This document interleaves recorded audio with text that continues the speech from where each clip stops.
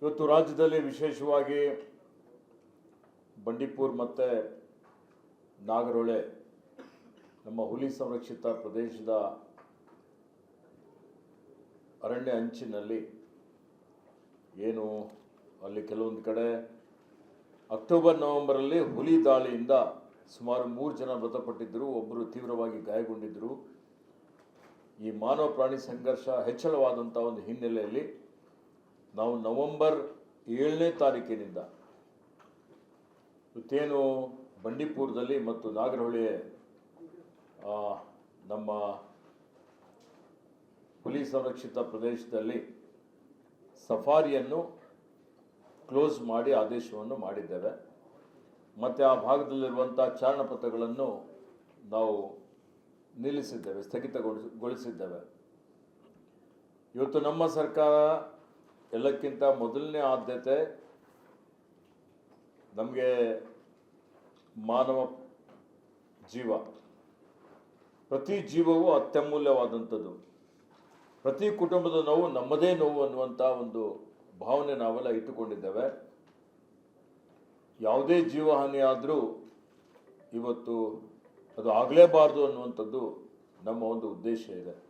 ನಾನು ಅರಣ್ಯ ಸಚಿವನಾದ ಮೇಲೆ ಮಾನವ ಪ್ರಾಣಿ ಸಂಘರ್ಷ ತಡೆಗಟ್ಟಲಿಕ್ಕೆ ಅನೇಕ ಕ್ರಮಗಳನ್ನು ನಾವು ತೆಗೆದುಕೊಂಡಿದ್ದೇವೆ. ಪ್ರತಿ ವರ್ಷ ಜೀವಹಾನಿ ಆಗುವಂಥದ್ದು ತಡೆಯುವಂಥ ಒಂದು ಪ್ರಾಮಾಣಿಕವಾದಂಥ ಪ್ರಯತ್ನವನ್ನು ನಾವು ಮಾಡಿದ್ದೇವೆ. ಇಷ್ಟಾಗಿಯೂ ನಾವು ನೋಡ್ತಾ ಇದ್ದೇವೆ, ನಮ್ಮ ಅಧಿಕಾರಿಗಳು ಶ್ರಮ ಮಾಡ್ತಾ ಇದ್ದಾರೆ, ಪ್ರಯತ್ನ ಮಾಡ್ತಾ ಇದ್ದಾರೆ. ಆದರೂ ಇವತ್ತು ಪ್ರತಿ ವರ್ಷ ಸರಿಸುಮಾರು 45ರಿಂದ 55 ಜನ ಪ್ರತಿ ವರ್ಷ ಮಾನವ ಪ್ರಾಣಿ ಸಂಘರ್ಷದಲ್ಲಿ ನಿಧನರಾಗ್ತಾ ಇದ್ದಾರೆ. ಅತ್ಯಂತ ನೋವಿನ ಸಂಗತಿ. ಇವತ್ತು ನಾವು ಏನು ಸಫಾರಿ ಸ್ಥಗಿತಗೊಳಿಸಿದ್ದೀವಿ, ಅದರ ಉದ್ದೇಶ ಕಾಡಂಚಿನ ಗ್ರಾಮಗಳಲ್ಲಿ ಮಾನವ ವನ್ಯಜೀವಿ ಸಂಘರ್ಷವನ್ನು ತಕ್ಷಣ ನಿಯಂತ್ರಣ ಮಾಡಬೇಕು ಅನ್ನುವಂಥದ್ದು. ಅರಣ್ಯ ಸಿಬ್ಬಂದಿಯನ್ನು ಸಂಘರ್ಷ ನಿಯಂತ್ರಣ ಕಾರ್ಯಗಳಿಗೆ ಮರುನಿಯೋಜನೆ ಮಾಡಬೇಕು ಅನ್ನುವಂಥದ್ದು. ಗ್ರಾಮೀಣ ಸಮುದಾಯಗಳಲ್ಲಿ ಭಾಳ ಅವರಲ್ಲಿ ವಿಶ್ವಾಸ ಪುನರ್ಸ್ಥಾಪನೆ ಮಾಡಬೇಕು ಅನ್ನುವಂಥದ್ದು. ಆ ಒಂದು ಗುರಿಯೊಂದಿಗೆ ನಾವು ನವೆಂಬರ್ 7ನೇ ತಾರೀಕಿಗೆ ಈ ಒಂದು ಸಫಾರಿ ಸ್ಥಗಿತಗೊಳಿಸಿದ್ದೇವೆ. ಅದಾದಮೇಲೆ ಈ ವಿಷಯದ ಬಗ್ಗೆ, ಯಾಕೆಂದರೆ ಭಾಳಷ್ಟು ಜನ ಪ್ರತಿನಿಧಿತ್ವ ಮಾಡಿದರು, ಕೆಲವು ಜನರ ಮನಸ್ಸಿನಲ್ಲಿ ಒಂದು ಶಂಕೆ ಇತ್ತು, ಏನು ಸಫಾರಿಯಿಂದಲೇ ಹುಲಿಗಳು ಹೊರಗಡೆ ಬರ್ತಾ ಇದ್ದಾವ ಅನ್ನುವಂಥ ಒಂದು ಅವರು ತಮ್ಮ ಅನಿಸಿಕೆಗಳನ್ನು ವ್ಯಕ್ತಪಡಿಸಿದರು, ಆತಂಕಗಳನ್ನು ವ್ಯಕ್ತಪಡಿಸಿದರು. ಆ ಕಾರಣದಿಂದಾಗಿ ನಾವು ಭಾಳಷ್ಟು ಒಂದು ತಾಂತ್ರಿಕ ಸಮಿತಿ ರಚನೆ ಮಾಡಬೇಕು ಅಂತೇಳಿ ಒಂದು ತೀರ್ಮಾನವನ್ನು ಮಾಡಿದ್ದೇವೆ. ಮತ್ತು ಜನವರಿ 2ನೇ ತಾರೀಕಿಗೆ ಮಾನ್ಯ ಮುಖ್ಯಮಂತ್ರಿಯವರ ಅಧ್ಯಕ್ಷತೆಯಲ್ಲಿ ನಮ್ಮ ರಾಜ್ಯ ವನ್ಯಜೀವಿ ಮಂಡಳಿಯ ಸಮಿತಿಯ ಸಭೆಯಲ್ಲಿನೂ ಸಹಿತ ಒಂದು ಚರ್ಚೆ ಮಾಡಿದ್ದೇವೆ. ಆ ತಾಂತ್ರಿಕ ಸಮಿತಿಯ ಒಂದು ನಮ್ಮ ಹಿರಿಯ ಅಧಿಕಾರಿಗಳ ನೇತೃತ್ವದಲ್ಲಿ, ಒಂದು ಅಪರ ಮುಖ್ಯ ಸಂರಕ್ಷಣಾಧಿಕಾರಿಗಳ ನೇತೃತ್ವದಲ್ಲಿ ನಮ್ಮಲ್ಲಿ ಏನು wild life institute of India ಅವರ ಒಂದು ಸದಸ್ಯರು, ತಜ್ಞರು, ಹಾಗೆ ಇನ್ನೋರ್ವರು ನಮ್ಮ IIFM ಭೋಪಾಲ್, ಅಂದರೆ ನಮ್ಮ ಹಿರಿಯ ಅಧಿಕಾರಿಗಳು ಮತ್ತು wild life institute of India ಒಬ್ಬ ತಜ್ಞರು ಮತ್ತು IIFM ಭೋಪಾಲ್ ಒಬ್ಬ ತಜ್ಞರನ್ನು ಸೇರಿಸಿಕೊಂಡು ಒಂದು ತಾಂತ್ರಿಕ ಸಮಿತಿಯನ್ನು ರಚನೆ ಮಾಡಿ, ತಾಂತ್ರಿಕ ಸಮಿತಿಯವರು ನಮಗೆ ಈಗ ಮಧ್ಯಂತರ ಒಂದು ವರದಿಯನ್ನು ಕೊಟ್ಟಿದ್ದಾರೆ. ಅದಕ್ಕಿಂತ ಪೂರ್ವದಲ್ಲಿ ನಮ್ಮ ಹಿಂದಿನ ಮುಖ್ಯ ವನ್ಯಜೀವಿ ಪರಿಪಾಲಕರು ಕಳೆದ ಡಿಸೆಂಬರ್ 28ರಂದು ಬಂಡೀಪುರ ಹುಲಿ ಸಂರಕ್ಷಿತ ಪ್ರದೇಶಕ್ಕೆ ಹೆಡಿಯಾಲ್, ಸರ್ಗೂರು ಗಡಿ ಪ್ರದೇಶಗಳಲ್ಲಿ ಸ್ಥಾಪಿಸಿರುವ ಮಾನವ ವನ್ಯಜೀವಿ ನಿರ್ವಹಣಾ ಶಿಬಿರಗಳಿಗೂ ಭೇಟಿ ನೀಡಿ ಪರಿಶೀಲಿಸಿದ್ದಾರೆ. ಇವತ್ತು ಸಫಾರಿ ಸ್ಥಗಿತಗೊಳಿಸಿದ ಬಳಿಕ ಹೆಚ್ಚುವರಿ ಮುಂಜಾಗ್ರತಾ ಕ್ರಮಗಳನ್ನು ಇವತ್ತು ಇಲಾಖೆ ಎಲ್ಲ ರೀತಿಯಲ್ಲಿ ತೆಗೆದುಕೊಂಡಿದೆ. ಇವತ್ತು ನಾವು ಒಂದು ತೀರ್ಮಾನ ಅಂದರೆ, ಇತ್ತೀಚೆಗೆ ತಾವೆಲ್ಲ ನೋಡಿದಿರಿ, ಹೆಗ್ಗಡದೇವನಕೋಟೆಯಲ್ಲಿ ರೈತರು ಸೇರಿದಂತೆ ಸಾವಿರಾರು ಸ್ಥಳೀಯರು ರೆಸಾರ್ಟ್ ಸಿಬ್ಬಂದಿ ಪ್ರತಿಭಟನೆ ನಡೆಸಿ ಸಫಾರಿ ನಿಲ್ಲಿಸಿರುವುದರಿಂದ ತಮ್ಮ ಜೀವನೋಪಾಯಕ್ಕೆ ಅಡ್ಡಿಯಾಗಿದೆ.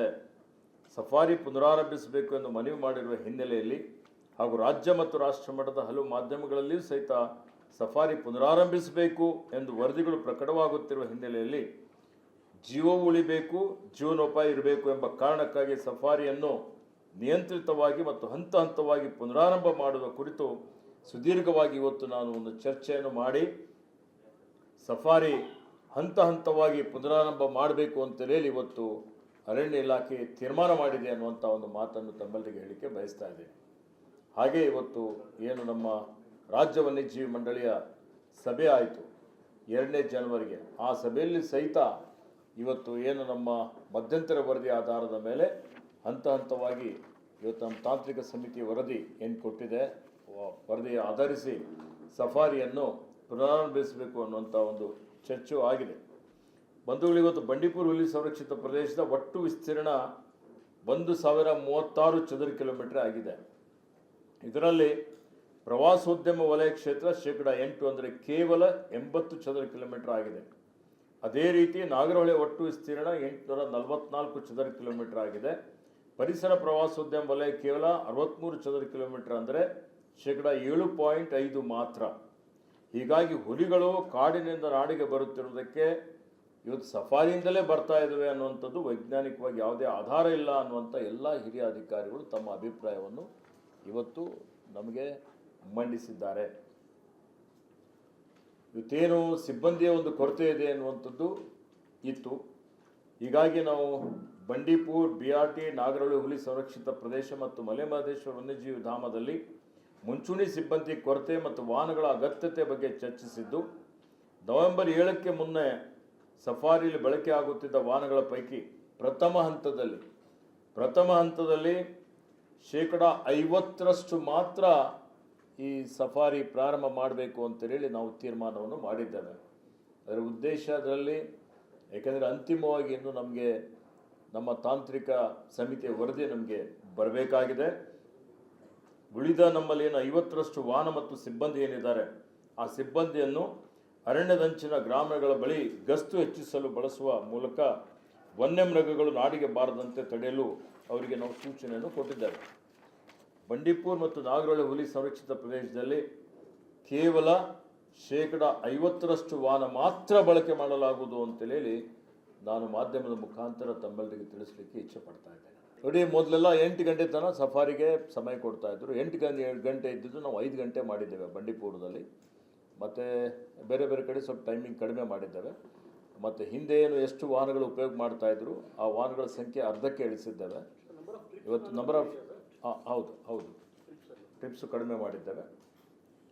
ಅದರಿಂದ ಏನು ನಮಗೆ ವಾಹನಗಳು ಅರಣ್ಯದ ಅಂಚಿನಲ್ಲಿರುವಂಥ ಗ್ರಾಮಗಳೇನಿದ್ದಾವೆ ಸುಮಾರು ನೋಡಿ, ಈ ಬಂಡೀಪುರ ಅರಣ್ಯದ ಬೌಂಡ್ರಿ ಏನಿದೆ, ಆ ಬೌಂಡ್ರಿ ಸುಮಾರು 314 ಕಿಲೋಮೀಟರ್ ಇದೆ. 314 ಕಿಲೋಮೀಟರ್ ಬೌಂಡ್ರಿಯಲ್ಲಿ 100 ಕಿಲೋಮೀಟರ್ ಹೈ ಕಾನ್ಫ್ಲಿಕ್ಟ್ ಝೋನ್ ಇದೆ. ಈ 100 ಕಿಲೋಮೀಟ್ರಲ್ಲಿ ಇವತ್ತು ಈ ಒಂದು ಘಟನೆಗಳು ಆಗಿದ ನಂತರ ನಾನು ಭಾಳ ಅವರಿಗೆ ಸ್ಪಷ್ಟವಾಗಿ ಸೂಚನೆಯನ್ನು ಕೊಟ್ಟು ಪ್ರತಿ 5 ಕಿಲೋಮೀಟ್ರಿಗೆ ಒಂದೊಂದು ಕ್ಯಾಂಪ್ ಮಾಡಿ ಅಂತ ಹೇಳಿದ್ದೇವೆ ಹೊರಗಡೆ. ಈಗಾಗಲೇ 25 ಕ್ಯಾಂಪ್ಗಳನ್ನು ಮಾಡಿದ್ದೇವೆ. ಒಂದು ಕ್ಯಾಂಪಲ್ಲಿ 4 ಜನ ಇರ್ತಾರೆ, ಒಬ್ಬ ಪರ್ಮನೆಂಟ್ ಸ್ಟಾಫ್ ಇರ್ತಾನೆ, ಒಬ್ಬ APC ಇರ್ತಾರೆ, ಇಬ್ಬರು ನಾವು ಕಾಡು ಮಿತ್ರ ಅಂತೇಳಿ ಆ ಕಾಡು ಮಿತ್ರನಿಗೆ ಅವರಿಗೆ ತಿಂಗಳಿಗೆ ಒಂದು ಗೌರವಧನ ಕೊಟ್ಟು ಅಲ್ಲಿ ಆ ಸ್ಥಳೀಯರಿಗೆ ತೆಗೆದುಕೊಳ್ಬೇಕು ಅನ್ನೋಂಥ ಒಂದು ತೀರ್ಮಾನವನ್ನು ಮಾಡಿದ್ದೇವೆ.